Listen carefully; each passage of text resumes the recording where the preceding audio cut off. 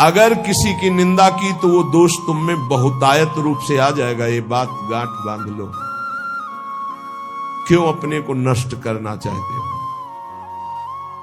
किसी की भी निंदा की, किसी भी बात की अहम बुद्धि करके, वही तुम्हें भ्रष्ट कर देगा। वही बहुत जोर की वृत्ति आपके अंदर दोष की आ जाएगी। इसलिए नो श्रणवन,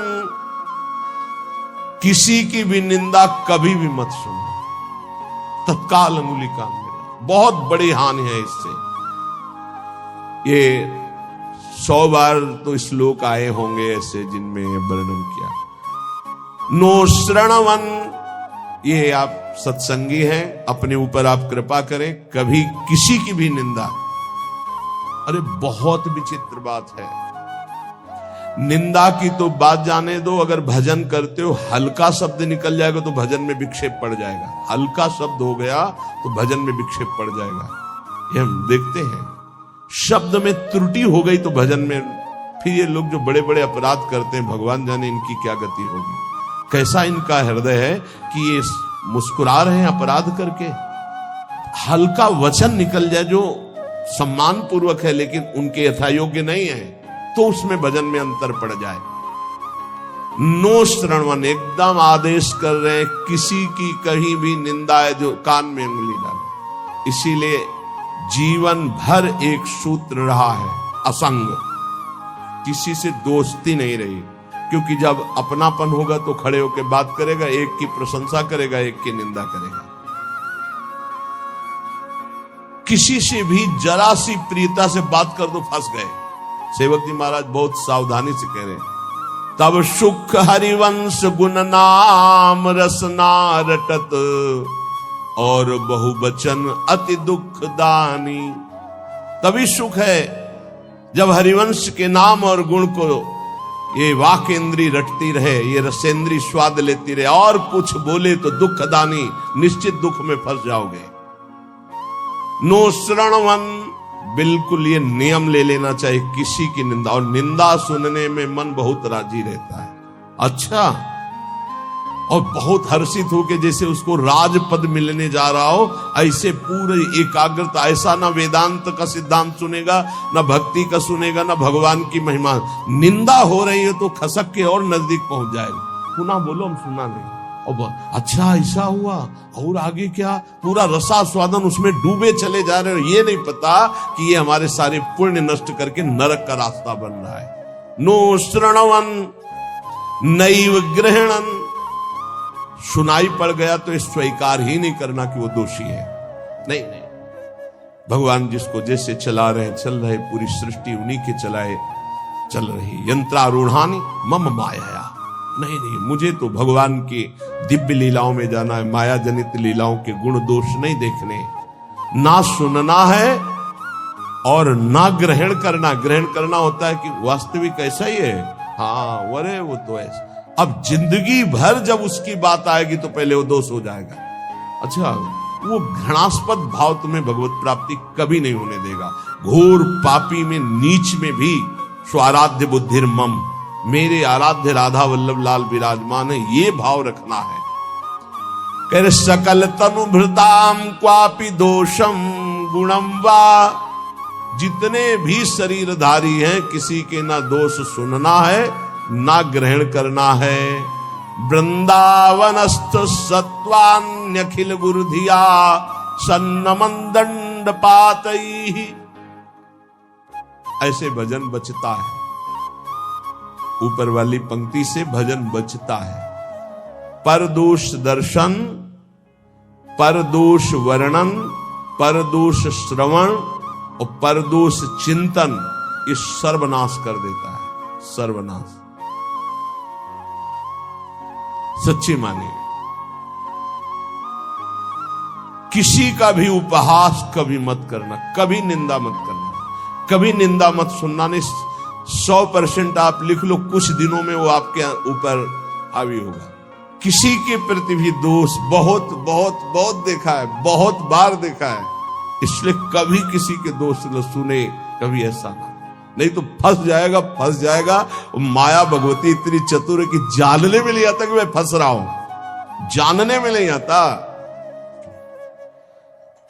और वृंदावन में तो कभी भूलकर किसी के प्रति दोष न करे, क्योंकि लाडली जी ने पसंद किया, उसको रखा है, तो फिर हमें दोष करने की क्या सामर्थ्य है। जब लाडली जो मुझ जैसे नीच को वृंदावन में रखे हैं, तो उसको वृंदावन में रखे, तो हमारा अधिकार कैसे जब हम अपने को देखते हैं तो हम बड़े अधिकारी थोड़ी है वृंदावन वास के। हम पर जब कृपा हुई तो उन पर भी कृपा हुई, तो जब उन पर कृपा होगी पूरी तो वो भी महात्मा बन जाएंगे, हम दोष दर्शन क्यों करें। तो वृंदावनस्थ सत्वान्यखिल गुरुधिया सन्नमन दंड पातई। अगर वृंदावन के किसी भी बासी पर दोष दर्शन हो जाए तो प्रणाम दंड पातई।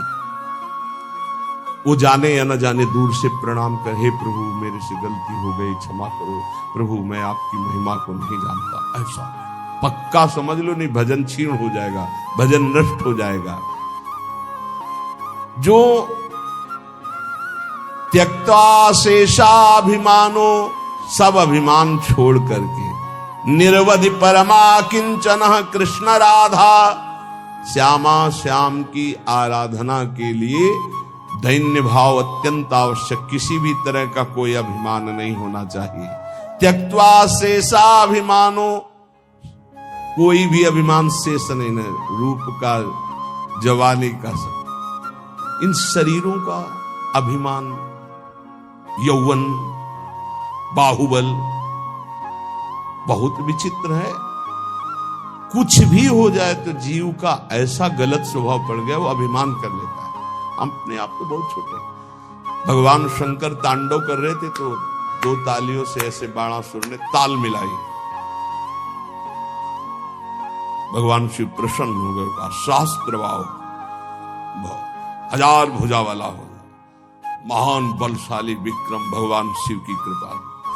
अब दो भुजाएं तो अगर सही ढंग का स्वास्थ्य हो तो फिर खुजली संभलती नहीं, बल्कि भगवान शिव का कृपा पात्र हजार भुजाएं, तो जिस पर्वत में मारे चकनाचूर, जाके दिग्गजों को ललकारा, भाग पड़े, कोई उसके सामने नहीं।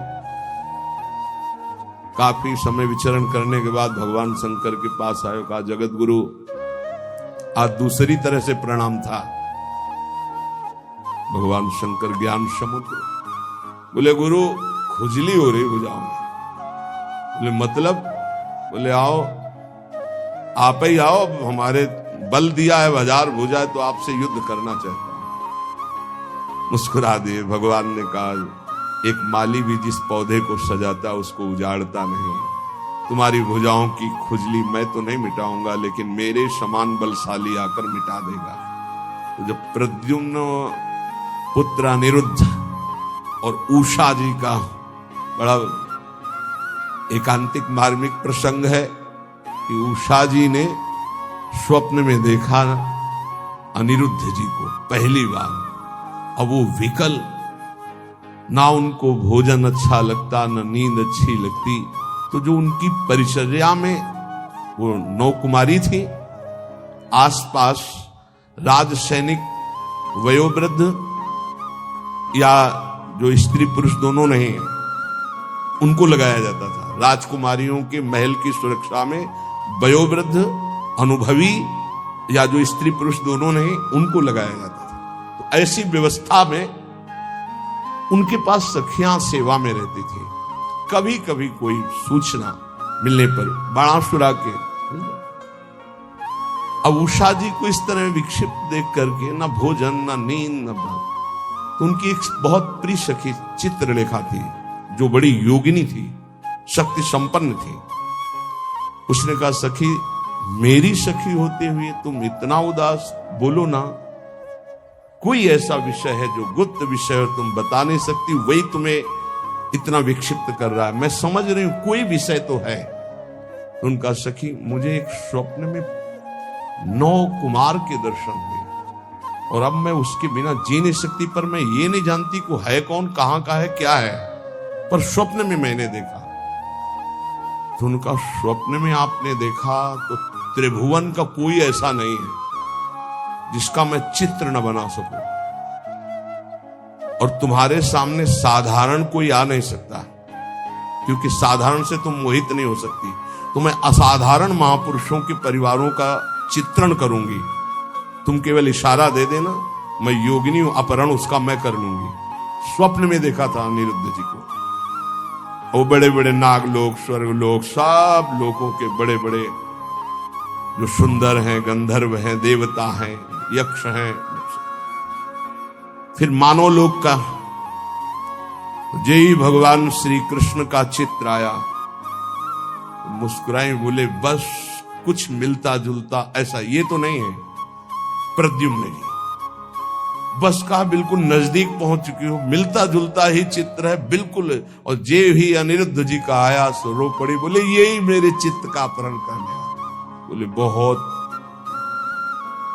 बड़ी जगह तुम्हारा स्वप्न हो, कहा आसक्ति हुई है, पता है द्वारिकाधीश भगवान श्री कृष्ण के नाती अनिरुद्ध जी, सुदर्शन चक्र का रात दिन पहरा रहता है द्वारिका में, किसी का भी प्रवेश नहीं। बहुत महान जगह तुम्हारी आसक्ति हुई, पर मैं अपने प्राण त्याग कर भी सखी तुम्हें मुस्कुराते देखना चाहती हूं। उनका अगर मुस्कुराते देखना चाहती तो इनसे मिलवा दो। स्वप्न में देखा था।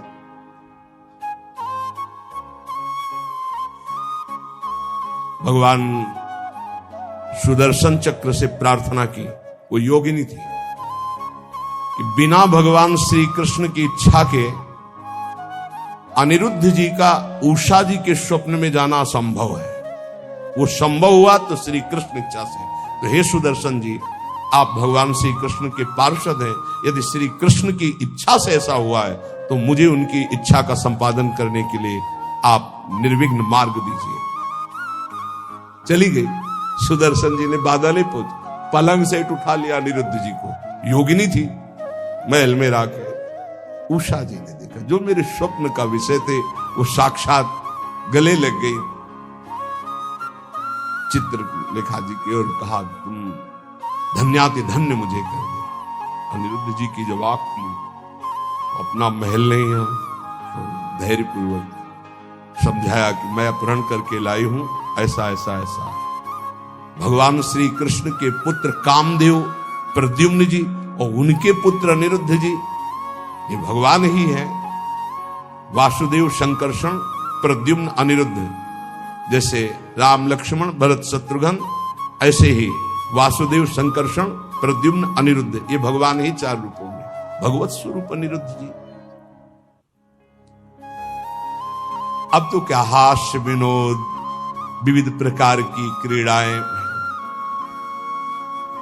जो वयोवृद्ध संरक्षक थे, एक बार निकलते हुए उषा जी को देखा, बाणासुर को सूचना पहुंचाई कि आपकी बेटी के हाव भाव और प्रसन्नता को देखकर लगता है किसी पुरुष का संयोग हो चुका है, तो उनका सबकी गर्दनें उतार दी जाएंगी, बाहर से कौन पुरुष जा सकता है। तो बोले वचन देता हूं, इतनी भारी सुरक्षा है कि बाहर से वायु भी बिना अनुकूल हुए हमारे नहीं जा सकती। दैवी शक्तियों का पहरा है। बाणासुर की कुल माता थी जो पूरे नगर की रक्षा करती थी, पर योगिनी चित्रलेखा जी की इस चाल को कोई नहीं जान पाया था। बाणासुर ने कहा ऐसा क्यों, मेरी बेटी को कोई दूषित कर दे मुझ जैसे बलवान के होते हुए, अब उसको कौन रोक। सीधे जो ही गए सो पलंग पे उषा जी और अनिरुद्ध जी पास खेल रहे थे, और सखिया बेटे हास्य विनोद। जेवी अनिरुद्ध जी को देखो, उषा जी ने देखा, अनिरुद्ध जी तो सिंहवत, बंदी बनाने के लिए लाख कोशिश की, मार मार के सैनिकों को, भगवान के स्वरूप है।